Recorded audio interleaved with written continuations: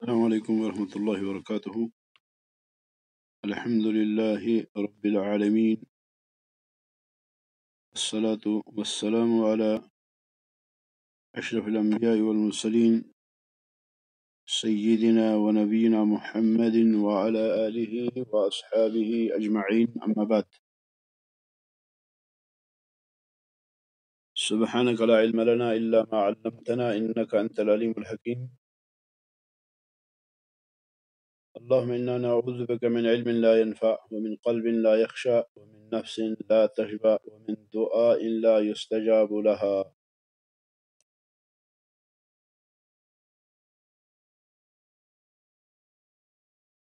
شیخ الاسلام محمد بن عبد الوہاب رحمۃ اللہ علیہ فرماتے ہیں والتواغیت کثیرہ، والتواغیت کثیرہ ورؤوسهم خمسۃ، ابلیس لعنہ اللہ ومن عبد وهو راض ومن دعا الناس الى عبادة نفسه ومن ادعى شيئا من علم الغیب۔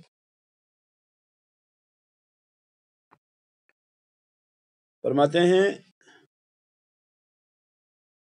طاغوت بہت سارے ہیں، طاغوت بہت سارے ہیں، وَرُؤُوسُهُمْ خَمْسَةٌ، اور ان کے رؤوس جو ہیں، ان کے سر جو ہیں وہ 5 ہیں، یا طواغیت کے سربراہ جو ہیں وہ 5 ہیں۔ طاغوت تو بہت سارے ہیں لیکن ان کے سربراہ 5 ہیں، ان کے سر 5 ہیں۔ ابلیس لعنہ اللہ، پہلا جو ہے وہ ابلیس ہے، اللہ کی اس پہ لعنت ہو۔ ابلیس شیطان رجیم ہے، ابلیس شیطان رجیم ہے، ابلیس شیطان لعین ہے۔ رجیم یعنی یہ دھتکارا ہوا ہے اللہ رب العالمین کے دربار سے، اور لعین یعنی اس پر لعنت ہے اللہ رب العالمین کی۔ اللہ تعالیٰ نے اس سے فرمایا وَإِنَّ عَلَيْكَ لَعْنَتِي إِلَى يَوْمِ الدِّينِ، وَإِنَّ عَلَيْكَ لَعْنَتِي إِلَى يَوْمِ الدِّينِ، سورۃ صاد آیت نمبر 78۔ وَإِنَّ عَلَيْكَ لَعْنَتِي، اور بے شک کہ تجھ پر میری لعنت ہے، إِلَى يَوْمِ الدِّينِ، قیامت تک۔ تو یہ ملعون بھی ہے اور یہ مطرود بھی ہے، یہ رجیم بھی ہے۔ رجیم یعنی دھتکارا ہوا۔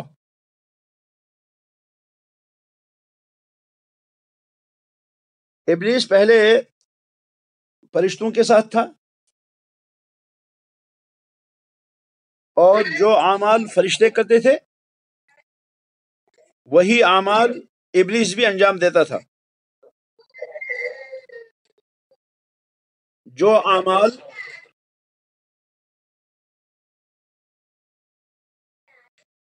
اعمال فرشتے انجام دیتے تھے بالکل وہی اعمال ابلیس بھی انجام دیتا تھا۔ لیکن جب اللہ رب العالمین نے آدم علیہ السلام کے لیے سجدہ کرنے کا حکم دیا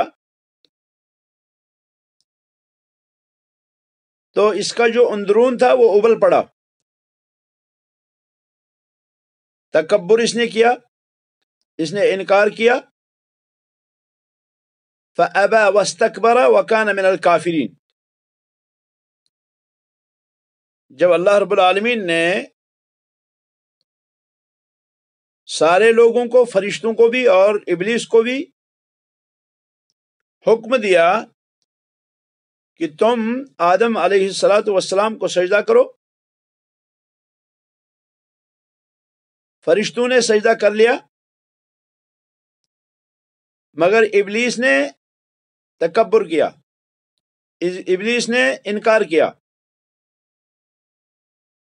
اس انکار کی وجہ سے یہ اللہ رب العالمین کی رحمت سے دھتکار دیا گیا۔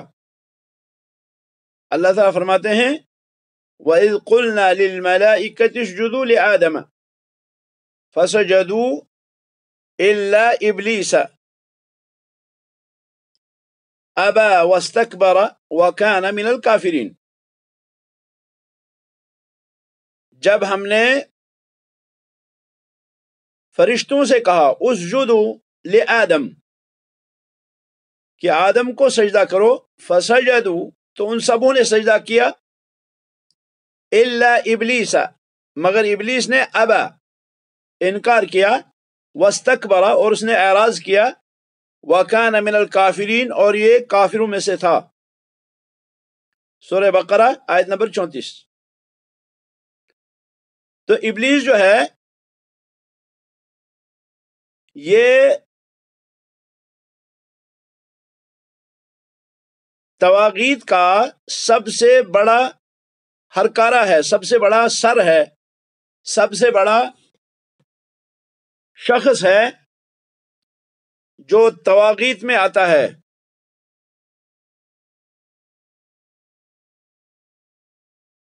اور یہ جو ان کے بعد آنے والے جو طواغیت ہیں، یہ سارے طواغیت دراصل ابلیس ہی کے چیلے ہیں، جن کا ذکر ابھی آگے آئے گا۔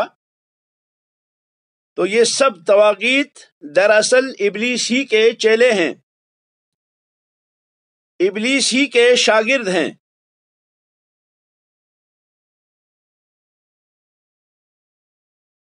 تو پہلا جو ہے وہ ابلیس ہے، اللہ کی اس پہ لعنت ہو۔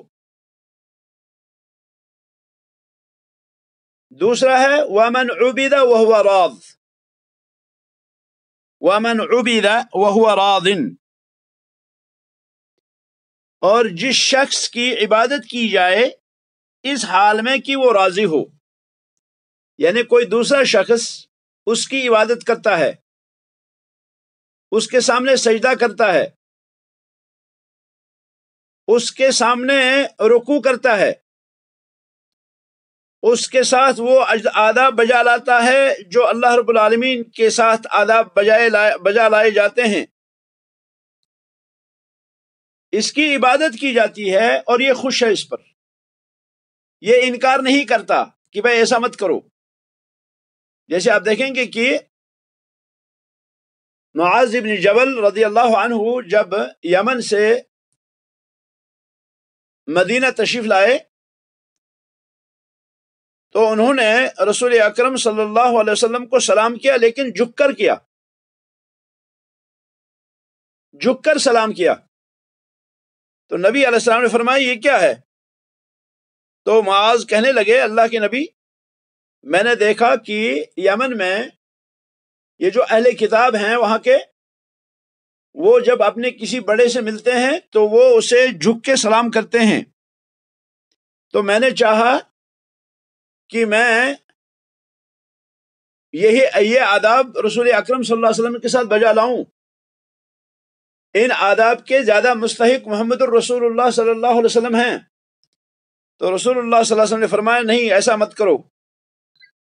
اور پھر فرمایا اگر کسی کے لیے جائز ہوتا کہ وہ کسی اور کے سامنے جھکے، کسی اور کے لیے سجدہ کرے، تو عورت کے لیے جائز ہوتا کہ وہ اپنے شوہر کے سامنے سجدہ کرے، اپنے شوہر کو سجدہ کرے، کیونکہ شوہر کے بیوی پر بہت زیادہ حقوق ہیں،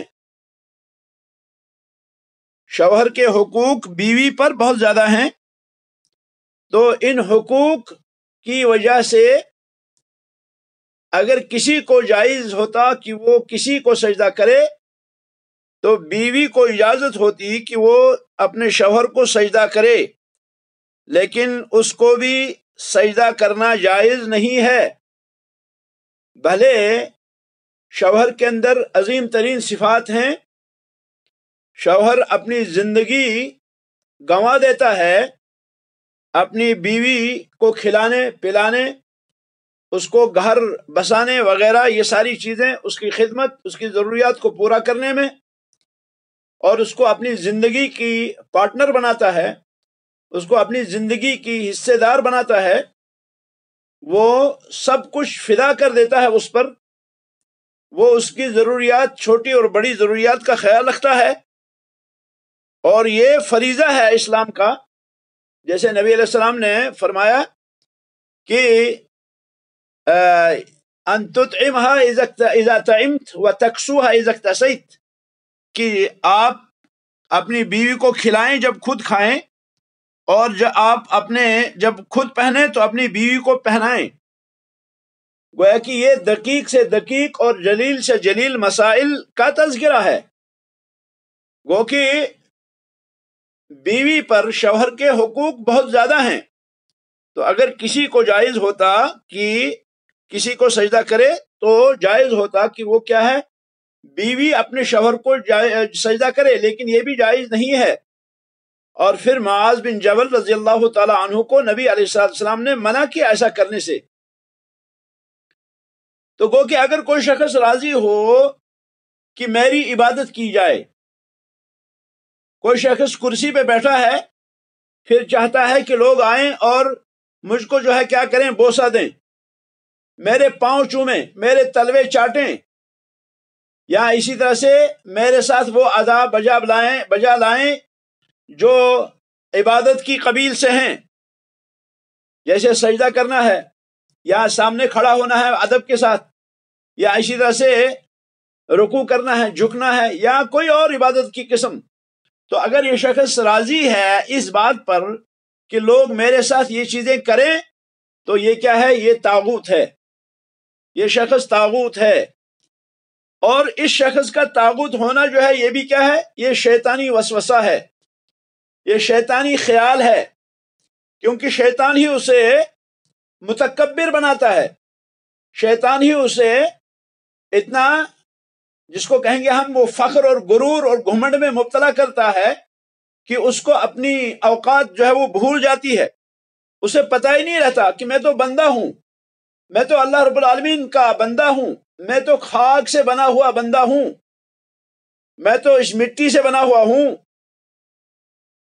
میں کیسے اس مقام پہ پہنچوں کہ لوگ مجھ کو جھکیں، لوگ مجھے سجدہ کریں، لوگ میری عبادت کریں۔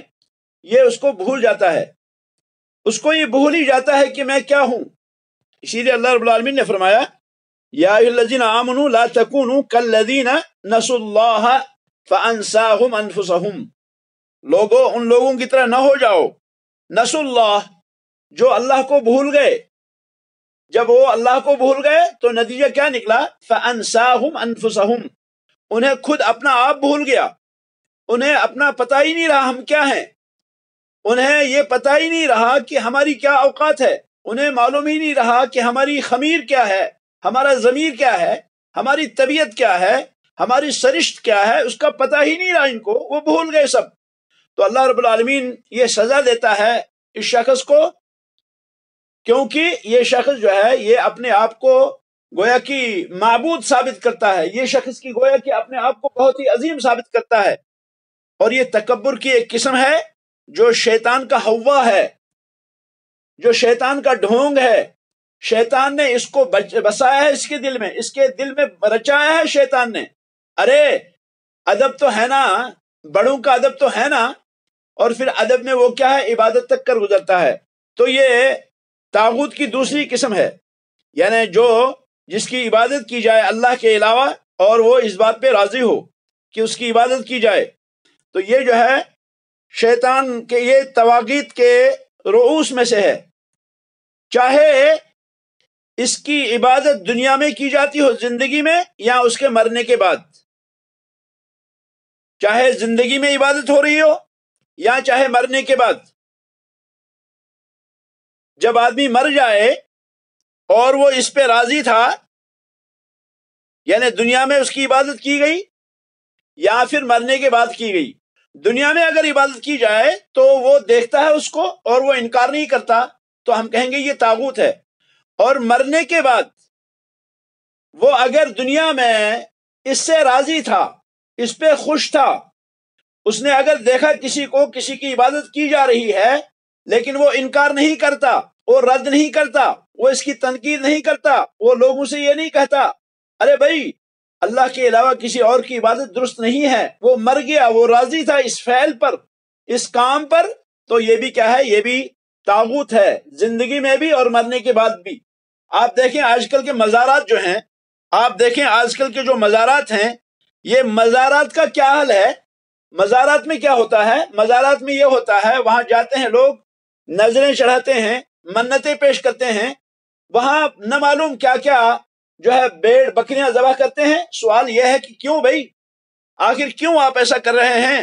کہیں بھی آپ کریں، آپ نظر و نیاز مانیں، اللہ کے لیے مانیں، آپ نظر و نیاز کریں اللہ رب العالمین کے لیے کریں، آپ منتیں مانیں اللہ کے لیے کریں۔ پہلی بات تو یہ ہے کہ نظر جو ہے یہ تقدیر کو نہیں بدل سکتی، نظر جو ہے یہ تقدیر کو نہیں بدل سکتی، منت ماننا یہ تقدیر کو بدل نہیں سکتی، بلکہ فرمایا رسول اکرم صلی اللہ علیہ وسلم نے انما یستخرج به من البخیل، یہ تو اللہ رب العالمین کسی کے دل میں اس بات کو ڈال دیتا ہے، جو بخیل ہوتا ہے، بخیل خرچ کرنے والا نہیں ہوتا، تو اس کو مسلط کر دیتا ہے کہ تو کیا کر، منتیں مان، فلاں چیز کر، بکرے ذبح کر، بیل ذبح کر، بھیڑ ذبح کر، یا اس قسم کی دوسری چیزیں کر۔ وہ کیا ہوتا ہے؟ وہ اللہ رب العالمین اس کو بہانہ جو ہے دیتا ہے، ورنہ یہ سارے کام تو اللہ کرتا ہے، یہ سارے کام جو ہے یہ اللہ رب العالمین، مشکل کشائی، حاجت روائی، یہ اللہ کا کام ہے۔ لیکن کیا ہے؟ وہ میلوں جاتے ہیں، فلاں زیارت پہ جائیں گے ہم، فلاں جو ہے درگاہ پہ ہم جائیں گے، فلاں جگہ ہم جائیں گے، وہاں کیا کریں گے؟ ہم وہاں نظر و نیاز پیش کریں گے، اور پھر کیا کریں گے؟ وہاں ہم اپنے گناہوں کی مغفرت کروائیں گے، اور پھر کیا کریں گے ہم؟ ارے یہ تو مقرب لوگ ہیں نا، یہ اللہ کے پہنچے ہوئے لوگ ہیں، ان کی درگاہوں سے کچھ ملے گا نا؟ نہ معلوم کس قسم کے خیالات اور عقائد لے کے لوگ جاتے ہیں وہاں پر۔ مقصد کیا ہوتا ہے؟ مقصد یہ ہوتا ہے کہ وہاں ہماری حاجت براری ہو، ہماری مشکل کشائی ہو۔ لیکن اللہ رب العالمین نے چیلنج کیا، اللہ رب العالمین نے فرمایا امن یجیب المضطر اذا دعاہ، امن یجیب المضطر اذا دعاہ، یہ بتاؤ کہ پریشان حالوں کی پریشانی کو کون دور کرتا ہے جب وہ اللہ اسے پکارتا ہے؟ امن یجیب المضطر اذا دعاہ ویکشف السوء ویجعلکم خلفاء الہ مع اللہ، کیا اللہ کے علاوہ کوئی اور ہے؟ تو جواب ہے کہ اللہ کے علاوہ کوئی اور نہیں۔ لیکن یہ کیا کرتے ہیں؟ یہ جاتے ہیں اور انہوں نے یہ کہتے ہیں بس ہماری مقصد پوری ہوتی ہے، ہماری حاجتیں پوری ہوتی ہیں، ہمارے مسائل پورے ہوتے ہیں۔ سوال یہ پیدا ہوتا ہے کہ اللہ کا کام کیا رہا بھائی؟ اگر منتیں مزاروں سے ملتی ہیں، اگر جو ہے مرادیں مزاروں سے ملتی ہیں، اگر حاجات جو ہیں وہ درگاہوں میں پوری ہوتی ہیں، پھر اللہ کا کیا کام رہا بھائی؟ اللہ رب العالمین کس کھاتے کا؟ نبی علیہ السلام نے ہر فرض نماز کے بعد جو دعا سکھائی، اللہم لا مانع لما آتیت ولا معطی لما منعت ولا ينفع ذا الجد منک الجد، یہ عظیم دعا ہے۔ اللہم لا مانع لما آتیت، اے اللہ لا مانع، نہیں ہے کوئی روکنے والا، لما آتیت، اس شخص کو جو تو دے گا، اس چیز کو کوئی روکنے والا نہیں جو تو دے گا، ولا معطی، اور نہیں ہے کوئی دینے والا، لما منعت، جس کو تو نہ دے۔ گویا کہ دیتا بھی اللہ ہے، لیتا بھی اللہ ہے۔ درگاہوں پہ جاتے ہیں لوگ مرادیں لینے کے لیے، مرادیں مانگنے کے لیے، حاجات لینے کے لیے۔ اس سے بہتر تھا کہ اللہ رب العالمین کی طرف رخ کریں اور اللہ سے مانگیں، اللہ رب العالمین پھر بھی دے گا۔ اللہ رب العالمین مانگنے کے بغیر بھی دیتا ہے۔ یہ تو انسان کو وہم ہے، یہ کیا ہے؟ یہ ہوا ہے، یہ شیطانی خیال ہے۔ شیطان اس کے ذہن میں ڈالتا ہے ارے ایسا کرو پھر یہ ہوگا۔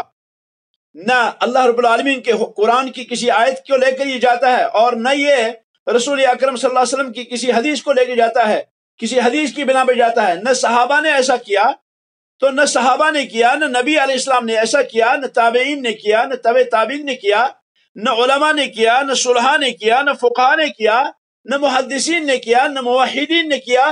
آخر آپ کو بتایا کس نے؟ اس کے علاوہ اس کا کوئی جواب نہیں کہ یہ کیا ہے؟ یہ شیطانی ہوا ہے، یہ شیطانی وسوسہ ہے، شیطانی خیال ہے کہ کیا کرو، ایسا کرو تو یہ ہوگا۔ تو اب اگر کوئی شخص راضی ہے کہ میرے ساتھ میری عبادت کی جائے، وہ کیا ہے؟ وہ طاغوت ہے، اور یہ بھی رؤوس الطواغیت میں سے ہے۔ یعنی جو شخص اپنے جو ہے اس بات سے راضی ہو کہ کیا ہے، میری عبادت کی جائے۔ تیسرا جو ہے وہ ہے وَمَنْ دَعَ النَّاسَ إِلَىٰ عِبَادَةِ نَفْسِهِ۔ ایک ہے جو راضی ہو لیکن دعوت نہیں دیتا، اس کی عبادت کی جاتی ہے، کوئی یہ کہے کہ بھئی میں تو نہیں کہتا، لوگ خود کرتے ہیں میری، لیکن وہ پھر بھی طاغوت ہے، آپ کو انکار کرنا چاہیے۔ اور دوسرا وہ ہے جو لوگوں کو اپنی دعوت، اپنی عبادت کے لیے بلائے، لوگوں سے کہے کہ میری عبادت کرو۔ جو شخص ایسا کرتا ہے، جو لوگوں کو دعوت دیتا ہے کہ میری عبادت کرو، تو یہ بھی کیا ہے؟ یہ بھی طاغوت ہے، اور طاغوت اعظم ہے، عظیم ترین طاغوت ہے، جو یہ کہتا ہے لوگوں کو اپنے نفس کی دعوت جو ہے عبادت کی دعوت دیتا ہے، گرچہ لوگ اس کی عبادت نہ بھی کرتے ہوں، وہ پھر بھی رؤوس الطواغیت میں سے ہے، چاہے اس کی دعوت مانی جاتی ہو یا اس کی دعوت نہ مانی جاتی ہو۔ یعنی وہ دعوت دیتا ہے لوگوں کو میری عبادت کرو، لیکن لوگ نہیں مانتے، چاہے لوگ مانے نہ مانے، یہ پھر بھی طاغوت ہے، کیونکہ اس نے اپنی جو ہے اپنی عبادت کی دعوت دی۔ اسی طرح ایک اور جو طاغوت کی قسم ہے وہ یہ ہے کہ جو شخص علم غیب کا دعویٰ کرے، جو شخص علم غیب کا دعویٰ کرے، جو شخص یہ کہے کہ مجھے غیب کا علم ہے، جو شخص یہ کہے کہ مجھے غیب کا علم ہے، مجھے اس چیز کا علم ہے جو چیز ہماری نگاہوں سے اوجھل ہے، آپ اس کے پاس جائیں اور اسے پوچھیں بھئی فلاں مسئلہ، عجیب حال ہے، عجیب حال ہے، بہت سے دفعہ ایسا ہوتا ہے کہ کسی کی چوری ہو جاتی ہے، پھر کہتے ہیں جاؤ جی ایک کاہن ہے نا فلاں جگہ وہ ہے نا، وہ پیر یا اس قسم کا وہ آدمی، اس کے پاس جاؤ جی، وہ بتائے گا۔ وہ کیا ہے، وہاں پہ اوپر سے ڈالتا ہے کوئی کپڑا شپڑا، اور پھر جو ہے مارتا ہے یا کچھ اس قسم کی باتیں کرتا ہے، اور پھر وہ کہتا ہے کہ ایسا ہے۔ تو یہ کیا ہے؟ یہ غیب دانی کا دعویٰ ہے، اور یہ حرام ہے، یہ غیب جاننے والا نہیں بلکہ یہ طاغوت ہے۔ جو بھی اس بات کا دعویٰ کرے کہ میں غیب جانتا ہوں، وہ طاغوت ہے۔ جو بھی شخص غیب دانی کا دعویٰ کرے وہ طاغوت ہے۔ انسان سے جو چیز غائب ہے اس کی دو قسمیں ہیں۔ انسان سے جو چیز غائب ہے اس کی دو قسمیں ہیں۔ غیب وہ چیز جو انسان سے غائب ہے، تو اس غیب کی دو قسمیں ہیں۔ ایک قسم واقع ہونے والی، دوسری قسم آئندہ آنے والی۔ ایک قسم جو انسان سے غائب ہے، وہ چیز جو امر واقع ہے، یہ فلاں ہوا، اور دوسرا جو ہے وہ مستقبل یعنی آئندہ آنے والا۔ اب اگر کوئی واقع ہونے والا غیب ہے تو یہ ممکن ہے کہ ایک شخص کو پتا ہو اور دوسرے کو پتا نہ ہو، اور مستقبل کا جو ہے وہ معلوم نہیں ہوتا ہے کسی کو اللہ کے علاوہ۔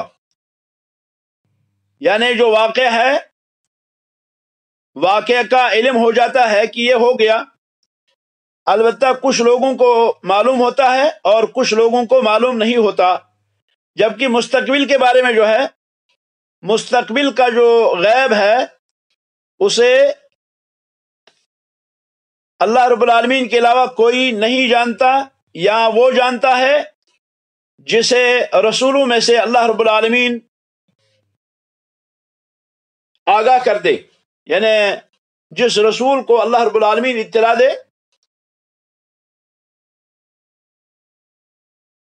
اللہ تعالیٰ نے جیسے فرمایا وَمَا هُوَ عَلَى الْغَيْبِ بِضَنِينٍ، وَمَا هُوَ عَلَى الْغَيْبِ بِضَنِينٍ، تو رسولوں میں سے جسے اللہ تعالیٰ چاہتے ہیں اسے مستقبل کی خبر دیتے ہیں۔ جیسے رسول اکرم صلی اللہ علیہ وسلم نے، حذیفہ بن یمان کی حدیث ہے کہ رسول اکرم صلی اللہ علیہ وسلم نے فجر کی نماز پڑھی، اور فجر کی نماز کے بعد آپ نے تشریف رکھا ممبر پر، اور پھر وعظ فرمایا، اور وعظ فرماتے رہے یہاں تک کہ ظہر کی نماز کا وقت ہوا۔ ظہر کی نماز کا وقت ہوا، آپ نے ممبر سے تشریف رکھا اور پھر جو ہے نماز پڑھی۔ نماز ادا کرنے کے بعد پھر آپ نے خطبہ دیا، اور جب تک عصر کی نماز کا وقت ہوا، جب عصر کی نماز کا وقت ہوا آپ نے پھر تشریف رکھا اور نماز پڑھائی، اور نماز پڑھنے کے بعد پھر آپ نے ممبر پہ آپ جلوہ افروز ہوئے، اور آپ نے پھر خطبہ دیا مغرب تک، اور پھر مغرب کی نماز پڑھی۔ مغرب کی نماز کے بعد پھر آپ جو ہے خطبہ ارشاد فرمایا، اور عشاء تک عشاء کی نماز پڑھی۔ تو فرماتے ہیں حذیفہ بن یمان رضی اللہ عنہ، نبی علیہ الصلوۃ والسلام نے وہ سارا بتا دیا جو قیامت تک ہونے والا ہے۔ حفظہ من حفظہ ونسیہ من نسیہ، تو جس نے یاد رکھا اس نے یاد رکھا، اور جسے بھول گیا اسے بھول گیا۔ تو یہ جو خبر دی نبی علیہ الصلوۃ والسلام نے، یہ اس میں سے ہے جو اللہ رب العالمین فرماتے ہیں اتل ما اوحی الیک من ربک، اتل ما اوحی الیک من ربک، آپ اس چیز کو سنائیں جس کی آپ کی طرف وحی کی جاتی ہے۔ تو رسول اکرم صلی اللہ علیہ وسلم جو ہے، یا اسی طرح سے دیگر پیغمبروں نے دجال کے بارے میں بتایا، یا دیگر پیغمبروں نے نبی علیہ الصلوۃ والسلام کے بارے میں بشارت دی۔ جیسے عیسیٰ علیہ السلام کے بارے میں آتا ہے کہ عیسیٰ علیہ السلام نے فرمایا کہ من بعد اسمہ احمد وَإِذْ قَالَ عِيسَى ابْنُ مَرْيَمَ يَا بَنِي إِسْرَائِيلَ إِنِّي رَسُولُ اللَّهِ إِلَيْكُمْ مُصَدِّقًا لِمَا بَيْنَ يَدَيَّ مِنَ التَّوْرَاةِ، جس میں یہ فرمایا سورۃ صف میں کہ وَمُبَشِّرًا بِرَسُولٍ يَأْتِي مِن بَعْدِي اسمہ احمد، کہ میں خوشخبری دیتا ہوں تمہیں اس رسول کی جو میرے بعد آئے گا اور جس کا نام کیا ہے؟ محمد ہے۔ تو گو کہ یہ جو ہے یہ ان غیوب میں سے ہے جن کی اطلاع اللہ رب العالمین اپنے پیغمبروں کو دیتے ہیں، اور یہ اس علم غیب میں نہیں آتا جس کا اللہ رب العالمین نے کسی کو نہیں بتایا ہے۔ اب جو شخص دعویٰ کرتا ہے کہ مجھے علم غیب ہے تو وہ کافر ہے، کیونکہ وہ اللہ رب العالمین کو جھٹلانے والا ہے، اللہ کے رسولوں کو جھٹلانے والا ہے۔ اللہ تعالیٰ فرماتے ہیں قُلْ لَا يَعْلَمُ مَنْ فِي السَّمَاوَاتِ وَالْأَرْضِ الْغَيْبَ إِلَّا اللَّهُ وَمَا يَشْعُرُونَ أَيَّانَ يُبْعَثُونَ، سورۃ النمل آیت نمبر 65۔ قُلْ لَا يَعْلَمُ مَنْ فِي السَّمَاوَاتِ وَالْأَرْضِ الْغَيْبَ، کہہ دیں آپ کہ نہیں جانتے ہیں وہ لوگ جو آسمانوں میں ہے اور جو زمینوں میں ہے غیب کی باتیں، الا اللہ، اللہ کے سوا، وما یشعرون ایان یبعثون، ان کو یہ بھی شعور نہیں کہ انہیں کب اٹھایا جائے گا۔ جب اللہ رب العالمین اپنے نبی محمد صلی اللہ علیہ وسلم کو حکم دے رہے ہیں کہ وہ کائنات پہ اعلان کریں، کائنات سے اس بات کا اعلان کریں کہ آسمانوں میں رہنے والے اور زمینوں میں رہنے والے جو بھی لوگ ہیں وہ غیب نہیں جانتے اللہ کے بغیر۔ اب جو شخص علم غیب کا دعویٰ کرتا ہے تو گویا کہ اس نے اللہ کی تکذیب کی، اس نے گویا کہ اللہ کے رسول کی تکذیب کی اس خبر میں، جو خبر اللہ رب العالمین نے رسول اکرم صلی اللہ علیہ وسلم کے ذریعے سے ہمیں دی۔ تو ہم کہیں گے ان لوگوں سے جو علم غیب کا دعویٰ کرتے ہیں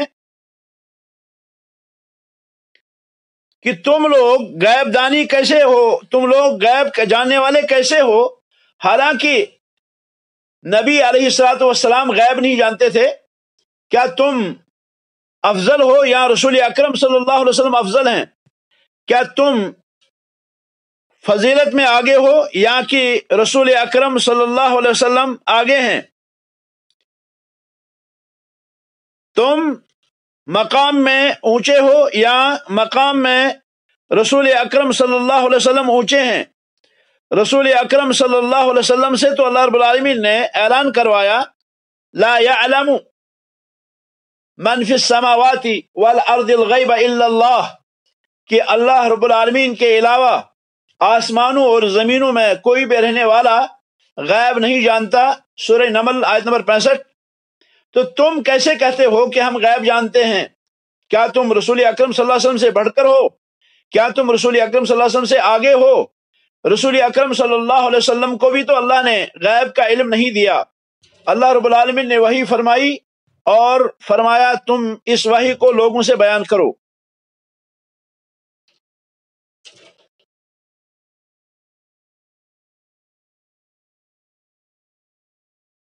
رسول اکرم صلی اللہ علیہ وسلم سے اللہ رب العالمین نے غیب کیوں پوشیدہ رکھا اور تم کو دیا؟ کیا تمہارے اندر کوئی فضیلت تھی؟ کیا تمہارے اندر کوئی جو ہے خصوصیت تھی نبی علیہ السلام سے زیادہ؟ اللہ رب العالمین نے دوسری جگہ فرمایا عالم الغیب فلا یظہر علی غیبہ احدا۔ عالم الغیب، اللہ تعالیٰ عالم الغیب ہے، غیب جاننے والا ہے، فلا یظہر علی غیبہ احدا، تو اللہ رب العالمین غیب پر کسی کو مطلع نہیں فرماتے الا من ارتضی من رسول، مگر رسول، جس رسول کو چاہتا ہے اللہ رب العالمین تو اسے جو ہے کچھ باتیں بتا دیتا ہے، جیسے مستقبل کی خبریں رسول اکرم صلی اللہ علیہ وسلم نے فرمائی، جیسے قیامت کی خبریں رسول اکرم صلی اللہ علیہ وسلم نے فرمائی، جیسے قبر میں کیا ہوگا رسول اکرم صلی اللہ علیہ وسلم نے یہ فرمایا، لیکن یہ فرمایا اللہ رب العالمین کے حکم سے فَإِنَّهُ يَسْلُكُ مِن بَيْنِ يَدَيْهِ وَمِن خَلْفِهِ رَصَدًا، سورۃ جن آیت نمبر 26 اور 27۔ یہ جو دوسری آیت ہے یہ دلیل ہے اس شخص کے کفر پر جو علم غیب کا دعوے دار ہے۔ اللہ رب العالمین نے نبی علیہ السلام کو حکم دیا کہ آپ جو ہے اعلان کریں پوری کائنات میں قُلْ لَا أَقُولُ لَكُمْ عِنْدِي خَزَائِنُ اللَّهِ وَلَا أَعْلَمُ الْغَيْبَ وَلَا أَقُولُ إِنِّي مَلَكٌ إِنْ أَتَّبِعُ إِلَّا مَا يُوحَى إِلَيَّ إِنْ أَتَّبِعُ إِلَّا مَا يُوحَى إِلَيَّ۔ فرمایا اللہ رب العالمین نے کہ آپ کہہ دو لا اقول لکم، میں تم لوگوں سے یہ نہیں کہتا عندی خزائن اللہ کہ میرے پاس اللہ کے خزانے ہیں، ایک بات، ولا عالم الغیب، دوسری بات میں غیب نہیں جانتا ہوں، تیسری بات ولا اقول لکم انی ملک، اور نہ میں تم سے یہ کہتا ہوں کہ میں فرشتہ ہوں، نہ میں تم سے یہ کہتا ہوں کہ میرے پاس اللہ کے خزانے ہیں، اور نہ میں تم سے یہ کہتا ہوں کہ میں غیب جانتا ہوں، اور نہ میں تم سے یہ کہتا ہوں کہ میں فرشتہ ہوں۔ پھر ان اتبع الا ما یوحى الی، میں تو پیروی اس چیز کی کرتا ہوں جو میرے طرف وحی کیا جاتا ہے۔ قل هل يستوي الاعمى والبصير، آپ فرما دیں کیا اندھے اور دیکھنے والے برابر ہو سکتے ہیں؟ افلا تتفکرون، تم سمجھتے کیوں نہیں؟ سورۃ انعام آیت نمبر 50، سورۃ انعام آیت نمبر 50 میں اللہ رب العالمین نے نبی علیہ السلام سے ان تین باتوں کا اعلان کروایا، ایک تو کہ ایک ہی میرے پاس اللہ کے خزانے نہیں ہیں، اور دوسرا یہ کہ مجھے غیب کا علم نہیں ہے، اور تیسرا یہ کہ میں فرشتہ نہیں ہوں۔ تو گو کہ اب جو شخص یہ کہتا ہے کہ میں جو ہے کیا ہے میں غیب جانتا ہوں، تو اس نے گویا کہ کفر کیا، اور یہ طواغیت میں سے ہے، یہ طاغوت کی ایک اور قسم ہوئی۔ تو گویا کہ پہلی قسم جو ہے وہ ابلیس، اور دوسرا کہ جس کی عبادت کی جائے وہ راضی ہو، اور تیسرا جو اپنی عبادت کی دعوت دیتا ہے، اور اسی طرح سے جو شخص علم غیب کا دعویٰ کرتا ہے وہ بھی طواغیت میں سے ہے۔ تو یہ ساری جو ہیں یہ رؤوس الطواغیت ہیں، یہ طواغیت کے سردار ہیں، اور بقیہ لوگ جو ہیں وہ ان کے تابع ہیں۔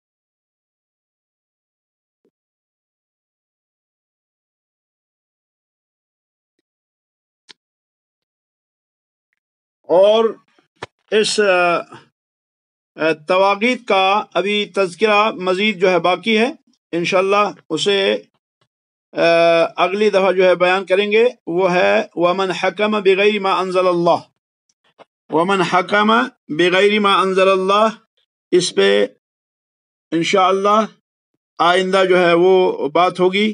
آج اسی پہ اکتفا کرتے ہیں. هذا وصلی اللہ وسلم علی نبینا محمد وعلی آلہ واصحابہ اجمعین.